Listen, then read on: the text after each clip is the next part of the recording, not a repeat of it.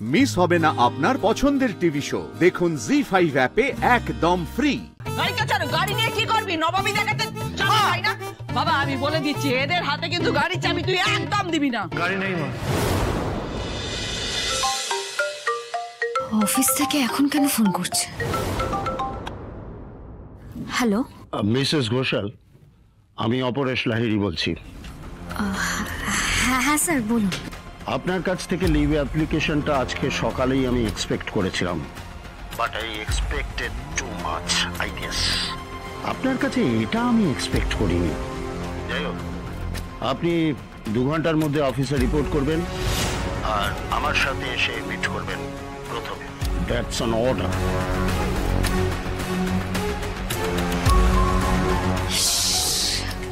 এই বাবা, আজ সকালেই তো ইমেলটা করে দিতে পারতাম, অ্যাপ্লিকেশনটা পাঠিয়ে দিতে পারতাম। এত বড় ভুলটা না করলে তো এখন কিছুতেই উনি ডেকে পাঠাতেন না। কিন্তু স্যার আমাকে এখন কেন যেতে বললেন? উনি তো সন্ধ্যাবেলাও এই বিষয়টা নিয়ে কথা বলতে পারতেন। একটু বেশি ভাবছি আমি আজকাল। কিন্তু এখন বেরিয়ে গেলে যে রাজের সঙ্গেও কথা বলতে পারবো না, দেখাই হবে না ওর সঙ্গে। আচ্ছা না, ঠিক আছে, আগে অফিসে যাই, ঠান্ডা মাথায় ঝামেলাটা সামলাই, তারপরে ওর সঙ্গে কথা বলবো। তুলিকে বলতে হবে। এই তুলি, এই শোনো না, বলছি আজকে আমাকে একটু বাঁচিয়ে দেবে? কে মেরেছো তোমাকে যে বাঁচাবো? আরে বাবা, অফিসের বস ফোন করেছিলেন 2 ঘন্টার মধ্যে অফিসে যেতে হবে, নাহলে সমস্যায় পড়ে যাবো। রান্নাঘরটা একটু সামলে দেবে? হ্যাঁ তুমি অফিসে যাও, আমি তোমার রান্নাঘর ঠিক সামলে নেবো। যাও যাও। Thank you. অফিস তো সেই রাতে, এখন কোথায় যাচ্ছিস? মা, আসলে কাল অফিসে যাইনি তো, তাই বস ফোন করে আমাকে ডাকলেন। না গেলে সমস্যায় পড়ে যাবো। অফিসে যাসনি কেন? কে তোকে বারণ করেছিল? বাড়িতে থেকে কি উদ্ধার তুই করেছিস? রাজকে তো অফিসের ম্যাডাম সে ফেরত দিয়ে গেল, আর তুই কি করেছিস? ঘুমিয়েছিস দৌড় দিয়ে। তারপরে সন্ধ্যাবেলায় দুলতে দুলতে দুলতে দুলতে থানায় গেলি। কি ভেবেছিস এই বদবুদ্ধি আমি কিছু বুঝতে পারছি না? আসলে সংসারে সব কাজে ফাঁকি দেওয়ার জন্য এইসব করছিস। মা প্লিজ বৌদিকে যেতে দাও, অফিসে না গেলে বৌদির সমস্যা হতে পারে। মা, আমি ক্ষমা চেয়ে নিচ্ছি আপনার থেকে। আজকের দিনটা আমাকে ছেড়ে দিন না মা। আসলে আমি যদি সকালে ওই অ্যাপ্লিকেশনটা দিয়ে দিতাম না, তাহলে এত কিছু সমস্যার মধ্যে পড়তেই হতো না। মা একটু বোঝার চেষ্টা করুন না। আমি আপনাকে কথা দিচ্ছি, কাল থেকে বাড়ির সমস্ত কাজ করে আমি তারপরেই অফিসে যাব, তার আগে নয়। আমি তাহলে চেঞ্জ করতে যাই মা প্লিজ। সরি মা, সরি। এ কি রে, আমি কোনো উত্তর দিয়েছি? চলে গেল, ফরফর করে চলে গেল। হ্যাঁ, আর কি চোপা মেয়ের মুখে! ভদ্রলোকের বাড়ির মেয়ে নাকি, ওর মা আবার আমাকে গাল ভরা কথা শোনায়। আরে বাবা, শাশুড়ি, সে তো মায়ের সমান, সে কোনো উত্তর দিল না, উনি চলে গেলেন। ছি ছি ছি ছি ছি ছি। আমারও তো শাশুড়ি ছিল সংসারে, কই আমি তো কোনোদিন মুখের উপর এত চোপা করিনি। ও আচ্ছা, তাই নাকি মা? মানে তুমি ঠাম্মার সব কথা শুনতে? হ্যাঁ।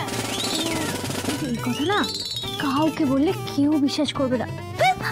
মানে শেষ করো। এই দাঁড়াবি।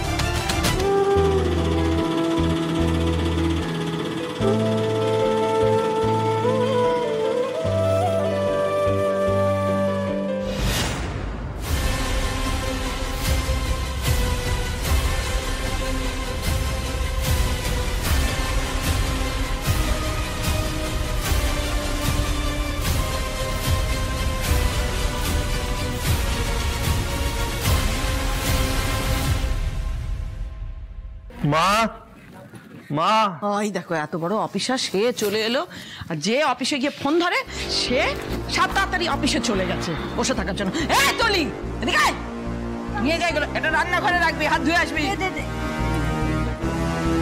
ও বাবা, রাজ বাবা, এত ঘামছিস কেন? হ্যাঁ, তো গাড়িতে যাতায়াত করেছিস, তোর গাড়ি থেকে রোদ আসে নাকি রে? হ্যাঁ, তুই এসে গেছিস? যাক, ভালো হয়েছে। এই একটু তোর গাড়ির চাবিটা দে তো, পটলকে নিয়ে গিয়ে যাবো আর আসবো। এখন না আর ওই বাসে অটো করে যেতে ভালো লাগছে না। এখন বসে অটো করে যেতে ভালো লাগছে না?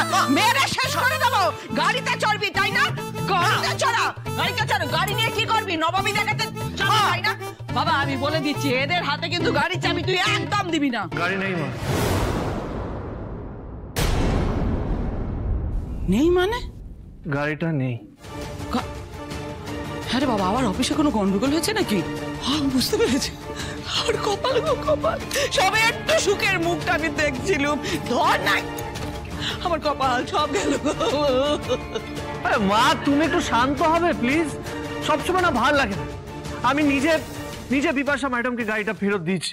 আমার না ভালো লাগছে, আমার একটু শান্তি চাই, বুঝলে?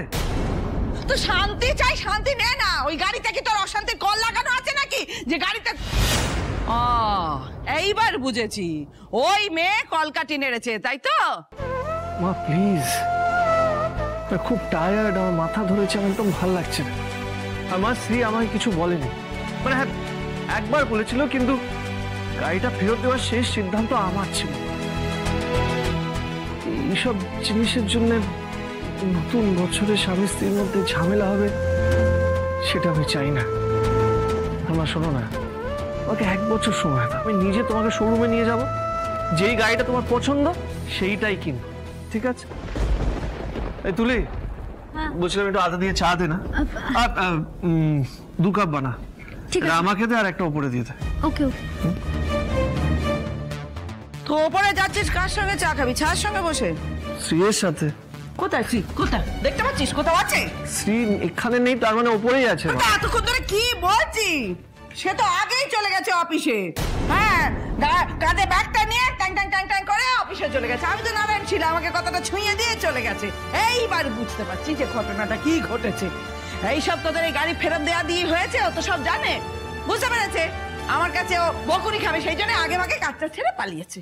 না না, আমি ঠিক বুঝলাম না, শ্রী এত তাড়াতাড়ি অফিস চলে গেছে? আরে বর্দা, বৌদিকে তো অফিস থেকে ফোন করেছিল ওর বস, কালকে কামাই করছে বলে বোধহয় কোনো ঝামেলা হয়েছে, তাকে আর্জেন্টলি অফিসে যেতে হয়েছে। এই যে বৌদির পেছনে সবসময় সানায়ের পোর মতো প করে বেজে চলেছে। আচ্ছা বাবা, তুই বল, যদি বিনা বলা কয় অফিসে না যায়, তাহলে বস কি করবে? আরতি করবে না ঝামেলা করবে? বল তুই। আর দেখ, আমি তো বাড়িতে আছি, এই যে তোদের গাড়ি ফেরত দেয়া দিয়ে এইসব হয়েছে, আমাকে কিছু বলেছে? কিচ্ছু বলেনি, কিন্তু ও সব জানতো। আর কপাল, আমি ভাবছিলাম যে গাড়িতে চড়ে আমি একটুখানি যাবো, পুজো দিতে যাবো, একটু গঙ্গা চান করতে যাবো, গাড়িটাই নেই। ভগবান বাবা, তোমার কথা শুনে তো মনে হচ্ছে আমার সারা জীবন গাড়ি ছাড়া যাতায়াত করনি। গাড়ি ছাড়া সারা জীবন যদি যাতায়াত না করে থাকে, এখন মানে মেরে আমি কিন্তু একেবারে শেষ করে দেবো। শব্দের বিভীষণ সব কটা। বাবা, আমি কিন্তু বলে দিচ্ছি, যা গেছে গেছে, কিন্তু এই যে জিনিসপত্র যা বাড়িতে আছে, আমি কিন্তু একটাও ছাড়বো না, 5 থাকতে আমি দেবো না ওগুলো। আচ্ছা ঠিক আছে মা, ঠিক আছে, তোমার যা ঠিক লাগে তুমি করো। মা, তুমি এবার একটু চুপ করো। আর বর্দা, তুই যা গিয়ে রেস্ট নে, আমি চা করে আনছি। ওই মেয়ের জন্য আমার ছেলের জীবনটা একেবারে অশান্তিতে পড়ে গেছে। ঠাকুর, ঠাকুর মুখ তুলে যাও ঠাকুর, ওই অলক্ষীকে সংসার থেকে বিদায় করো এবার। জি5 ডাউনলোড করুন আর সব এপিসোড দেখুন একদম ফ্রি।